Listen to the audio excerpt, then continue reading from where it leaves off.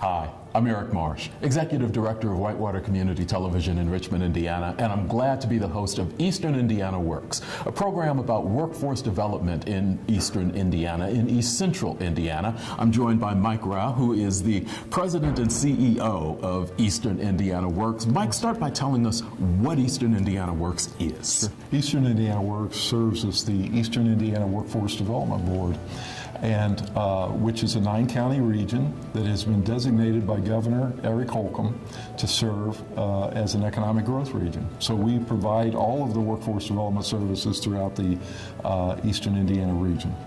Over the next few months, and in this show in particular, we'll introduce you to some of the people that are involved on the executive committee and the board. But we're here at the Newcastle-Henry County Public Library, and the reason we're here is this is really kind of a home base for you all, right? As far as meetings and things go? It is. All of our executive board meetings as well as full board meetings take place here at the Newcastle-Henry County Library. As we'll find out, there's also a Work One office here in the library, and that's kind of an interesting setup.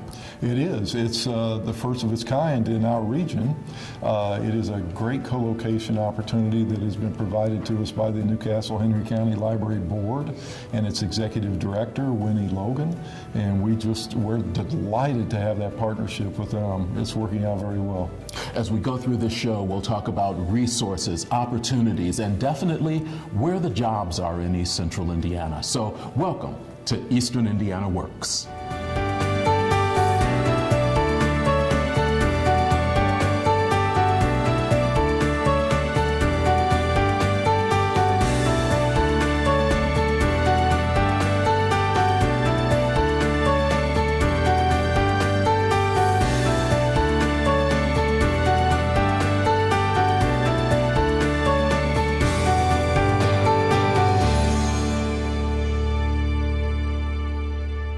Welcome back to Eastern Indiana Works. I'm Eric Marsh. Glad to be here with Kirk Robbins, who is president of Magna Machine and Tool and also president of the Eastern Indiana Works Board. Did I get all that right? Yes, you did. Thank you for man with a lot of titles. Yes. Workforce development. As a person who's in industry, tell me what that means to you. It's developing the next workforce that we need to do the jobs that are out there. As we all know, very low unemployment right now, has been that way for several years. A lot of an ideal in the manufacturing industry, so that's sort of where I play at, right. Is that we need people to fill positions. Our manufacturing environment is most everybody's in their 50s, and so that workforce is going to be changing over. So if we don't have people, technology can take us so far. Equipment's progressing, technology progressing, but you still need bodies and people with the skill sets to run that equipment and make good parts for our customers and everybody's customers. If you talk to a lot of people in the region, some of them will tell you there are no jobs out there. Okay, there's a reaction. You obviously don't agree with that. No, there's jobs out there. If there's people that want to work and want to learn, we talk a lot about in workforce development the soft skills. Showing up to work, wanting to learn, being attentive. All those things that everybody talks about, soft skills. In our particular industry, a lot of people will train. You don't need to know necessarily the skill set coming in. They're willing to train them up to those skill sets. So just somebody wanting to learn, and I a lot of times refer to problem solving, especially when I talk to youth, is learn to be a problem solver. If you can solve problems in any industry, you add value to what you're worth to your employer. You've been around this for a while. What's the difference between manufacturing now and manufacturing 20, 25 years ago? 20, 25 years ago, there was a lot more taught in school. You had industrial arts classes, different things like that. A lot of those programs have went away because of budget cuts and as well as just other curriculum that took over that. So now today, those skill sets aren't taught early on. So when people do get into, say, vocational programs, they're at a lower level. So you've also got where they're always pushing what I call Plan A, which is the college, the 4-year degree. But I also like there's a second Plan A, and that is to go to a vocational program or to learn a skill set that nobody can ever take away from you. If that be welding, machining, sewing, whatever may be that skill set, you can always take that and make a living with it. How are you having that conversation with some of the young people that you come in contact with? We were talking before the interview began. You mentioned that you were very involved with the Newcastle Career Center. Talk about that and your interaction with young people right now. It's interesting because they all have a different perspective. I'm probably a baby boomer, and they're what Generation Z now, whatever they're calling them, and their idea of work seems to be a little different. But they want to learn. That's what I find. If you can find somebody that wants to learn, you can teach them. And they're so much more computer literate, and at least in manufacturing, CNC computer controlled equipment is so much more computer related that they've grown up with a computer. Right. I had to learn that through my life cycle. So they're just able to pick up on that stuff so much quicker, and it just amazes me sometimes how quick they can learn with the right technology in their hands, especially in the manufacturing world. In your industry, that is an industry, and you mentioned it, the workforce currently keeps getting older. How do we replenish that? How do we go back? How do we, as a society, even as a state, even as a region, talk more about not just college, and not that there's anything wrong with that. There's True. a group that are going to go there, but really talk to the young people about the opportunities that are out there, really to make good money in your industry. Yeah, I think that's part of it, is trying to, there's that stigma of manufacturing. It's dirty, it's yucky. We try to keep our shop very clean. It's a lot of computerized equipment. It's not dark, dingy, like the olden days. And I think part of it is also teaching the parents. A lot of parents say, well, I don't want my kid to go work in a dungy, I don't want them to get dirty. I want them to be smart and, sit in an office someplace, but that's not for every kid. So bringing the parents along as well as the students and educating them, we do field trips with, there's an advanced manufacturing class I know in Newcastle that we have out. The machine shop comes out, show them what's available, what's out there, talk to them about what they can make in this industry wage-wise and what it takes to get there. So I think a lot of it is somewhat education and getting the message out there that, hey, this is a viable way that somebody can make a good living, raise a family, and do the things they want to do in their lifetime.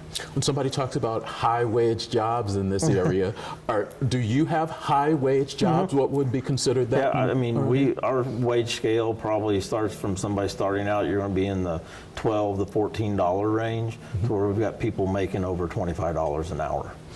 So there again, we've also got people on salary. We've got engineers. We've got skilled machinists. We've got if you want to call them tool and die makers, people that can assemble equipment. Very high, wire it, machine parts, all those type of things. That as I like to refer to Magna more as a service company than a manufacturer, because we use the equipment to service our customers' needs.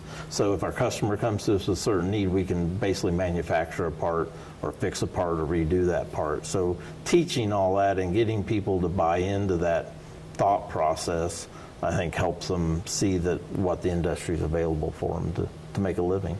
As you think about Eastern Indiana Works and the Workforce Development Board, how do you think we can better get the message out about this region to young people and those people who maybe are disenchanted with where they are and do have the ability to kind of skill up into your positions? Well, I know one thing that a lot of been an initiative is Manufacturing Day. It's sort of been like a nationwide thing that a lot of different manufacturing organizations have sort of took up in the last couple of years, to where you invite people to come into there's one day they set aside a year that everybody tries to open up their factories and stuff to allow parents, allow kids, allow people that aren't in that industry. I mean, we've hired some people that they had never, one used to sell seeds, and just decided that wasn't what he wanted to do the rest of his life. And he came in, had a college degree in that technology, with farming from Purdue. He says, but I like to do stuff with my hands. He says, I want to learn to machine stuff.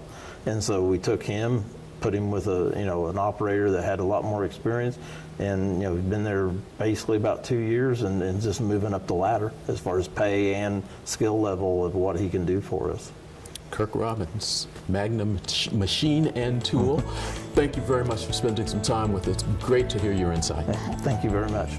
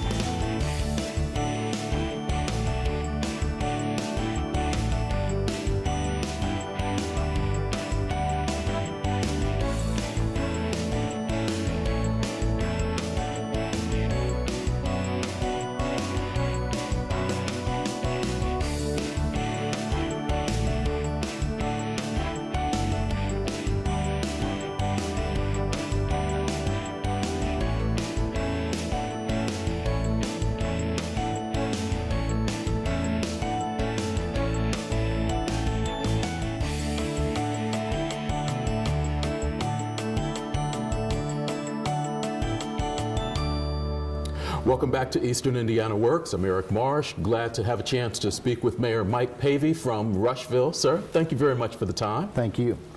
You had a chance to take a trip to, actually you've taken multiple trips, but most recently you took a trip to Japan. Tell us a little bit about what that trip was about for you. The trip was a couple things to us. One is the partnership of the region. Went with some other mayors from our region, which I thought was a very good relationship building thing from our perspective.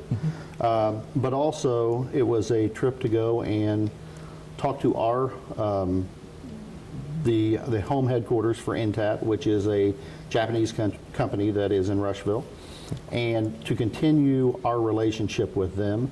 And while over there, we went and talked to other companies that have the potential to have investment in the United States, and to have conversations about what this region specifically, and more specifically, obviously, the city of Rushville, could have to offer them if they chose to come to the United States. How do you have that conversation with people about what trips like that do for economic development and workforce development as a whole? I know that's sometimes a hard conversation with a trip like that. It is a hard conversation because, for the most part, you get a short period of time for people to pay attention to what you've done and why you're doing it. But the reality of it is, what you're doing is you're building relationships. And the Japanese culture, a lot of their business is done based on the relationship, and the relationship can't happen at one meeting or in 1 year. It's over time. So you're going over there to build on that family feeling. And as a result of that, it takes time, but it is really a hard thing to communicate to the average public because we've become so instantaneous in results. We want, if we did something, we'd like a result immediately, and it's really a long-term investment. Talk to me about, if you would, talk to us about workforce development from the standpoint of a city government. It looks a little bit different to you than it would probably from an HR director or from a company president. When you say workforce development as a mayor, what does that mean for you? For us, workforce development is more of a community feel. Some of the times people get caught up in what's the unemployment rate, and those are the matrix or the metrics that we use to measure. But the reality for us is it's more of a big holistic picture. We are trying to make sure that we have people in proper jobs, that they're getting skills, that there is a long-term health to the community. Right now, unemployment rate is low, so everyone's thought is everyone that is working. But when you look deeper into it, what we realize is some of our skill sets don't match up with our employers, some of our educational attainment don't match up, and so we have to look at it more long-term. Again, government really is a long-term player. Where businesses, they're more short-term. They are trying to get employees in and a product out so that they get a return on their investment. We are more looking for the long-term health of the community in the region. A lot of people are looking at, and you mentioned the unemployment number. You're maybe even looking at the underemployment number, because you would want your citizens to rise up within a company, have a bit more money that they could spend at local restaurants, local shops, and things of that nature. How are you having the conversation with your residents about that skill up idea? They may already have a job, but how can they get one that's better? What we've done, and one of our conversations is directly with kids in high school. We had conversations with JAG last week, but we made an investment at the local level in Rushville in a workforce training center, and so what we're doing is talking to industry to say what are the skills you need, and how do we take people that are in your facility and train them for that job that is a better paying job that gives them a living wage. And so those are the things we're doing at a local level, is engaging the workforce in ways that they can skill up and in locations where they can skill up. So we've made investment not only in the programs but in some brick and mortar to provide a place for employees to do that. A lot of people are hearing about regionalism. Eastern Indiana Regional Planning Commission has come to fruition over the last few years. Wayne County, Jay County, Randolph County started Hoosier Opportunity, a website that allows employers, students, things of that nature to go find jobs in their area. How big is that regional push now, as far as being able to bring in, because everybody's looking for that one big manufacturer that changes it, and that doesn't really happen that much anymore. So as you're looking at a regional picture, how do you work with other mayors in this region to try to be able to tell the same message, not only to your residents, but also to potential businesses? Well, that's actually a good point. One of the things we do is we serve on workforce boards to where the elected officials have conversations so that we understand workforce in general. The other thing is we are going out there and engaging a lot of times with the other communities. I think we laugh because it used to be that we were on Friday nights, we used to be competitors. But the reality of it is, especially in rural America right now, we can't, as Rush County, probably Fayette County, we can't be competitive unless we count our region as a workforce draw.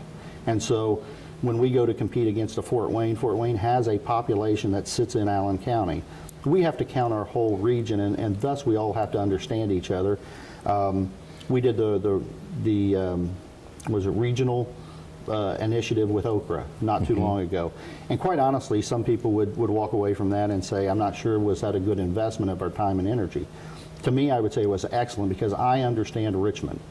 I understand Fayette County, and I can talk fairly well about our region to anyone because I was engaged in that process with my teammates. Mayor Mike Pavey, Rushville, Indiana, thank you very much for spending some time with us. Thank you.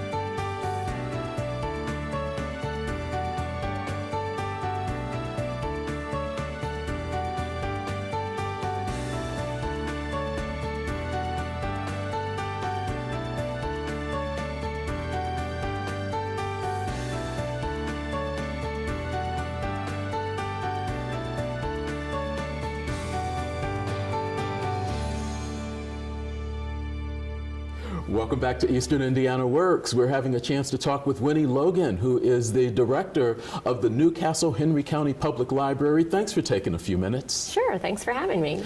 You have an interesting setup with Eastern Indiana Works. There is actually a Work One office here in the library.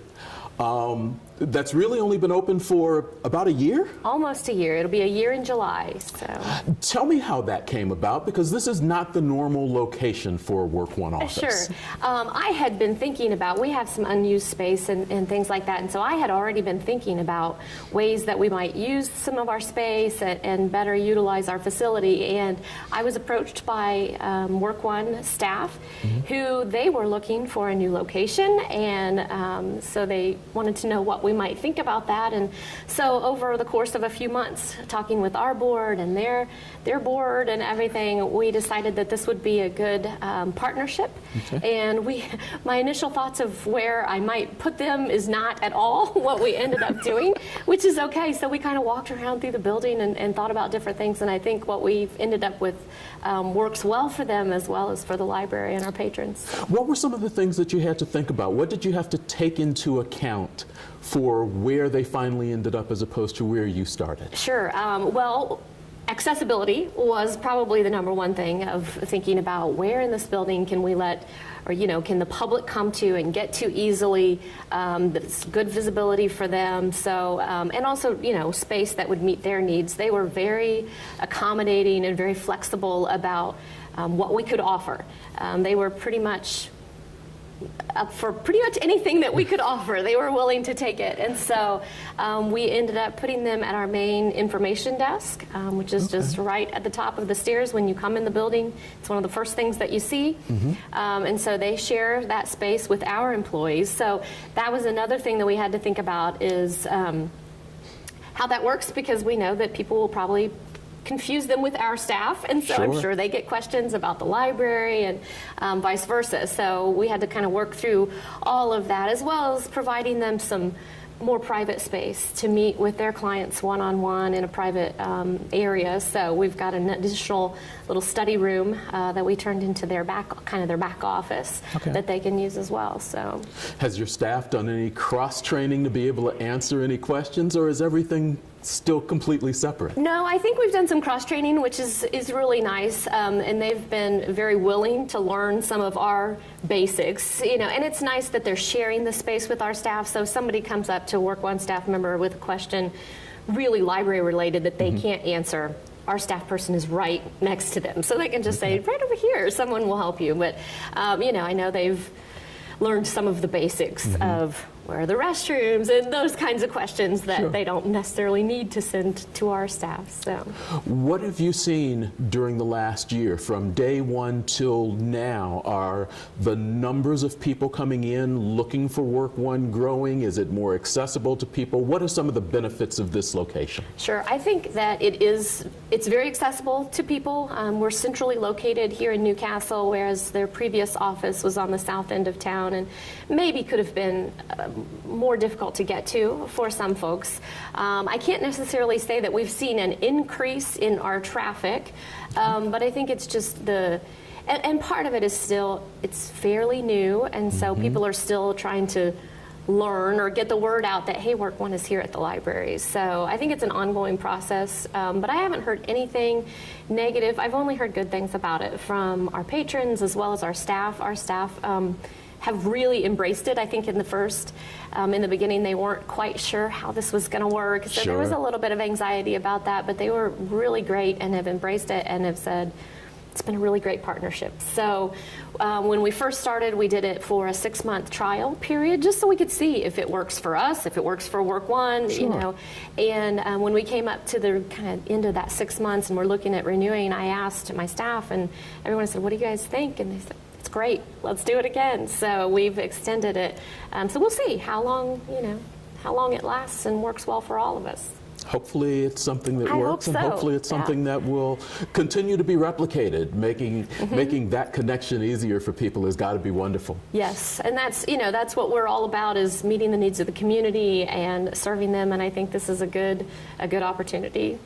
Winnie Logan, Director of the Newcastle Henry County Public Library, thank you very much for your time today. Thank you.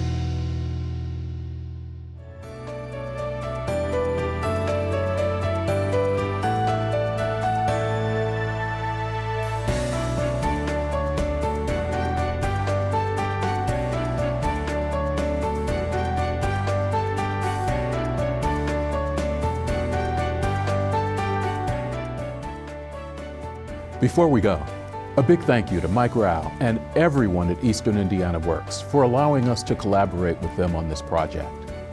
For resources for individuals, youth, employers, or more, visit the Eastern Indiana Works website at easternindianaworks.org.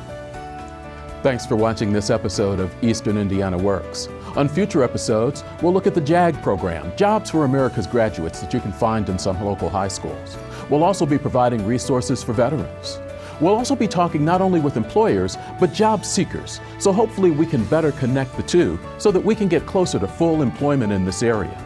Because it is important that Eastern Indiana works.